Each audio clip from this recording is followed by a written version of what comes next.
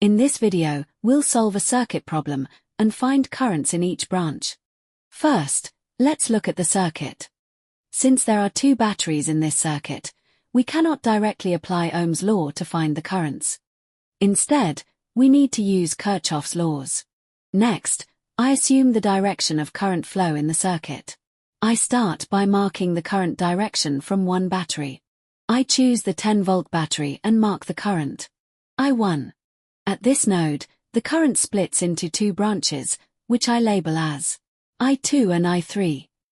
At this node, the currents I2 and I3 combine and form the current I1. Now we can apply Kirchhoff's voltage law in any direction. I'll apply it in the clockwise direction for both loops ABEF and BCDE. Before we apply Kirchhoff's voltage law to the loops, let's go over a few important points.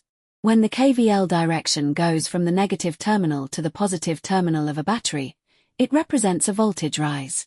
When the KVL direction goes from the positive terminal to the negative terminal, it represents a voltage drop. If the KVL loop direction is the same as the assumed current direction, the voltage across the resistor is taken as a drop. If the KVL loop direction is opposite to the assumed current direction, the voltage across the resistor is taken as a voltage rise. Now let's move on to the problem. First, consider the ABEF loop. We apply Kirchhoff's voltage law to this loop. We start from node A and go around the loop. First, we encounter the 30 ohm resistor. Since the assumed current direction and the KVL loop direction are the same, the voltage across the resistor is taken as a drop. Next, we come to the 10-volt battery. Because the loop direction goes from the negative to the positive terminal, this gives a voltage rise. By solving this equation, we obtain the value of I2. Now we move to the BCDE loop and apply Kirchhoff's voltage law. Let's start from node B and go around the loop. First, we encounter the 20 ohm resistor.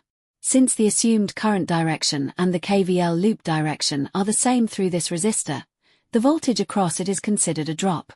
Next, we encounter the 5-volt battery. Since the KVL loop direction goes from the positive terminal to the negative terminal of the battery, it is considered a voltage drop. Finally, we come to the 30 ohm resistor. Because the current direction and the loop direction are opposite, this resistor gives a voltage rise. Now I substitute the value of I2 into this equation. From this, I obtain the value for I3. Now we know the values of I2 and I3. Using these results, we can now write the answers to the given questions.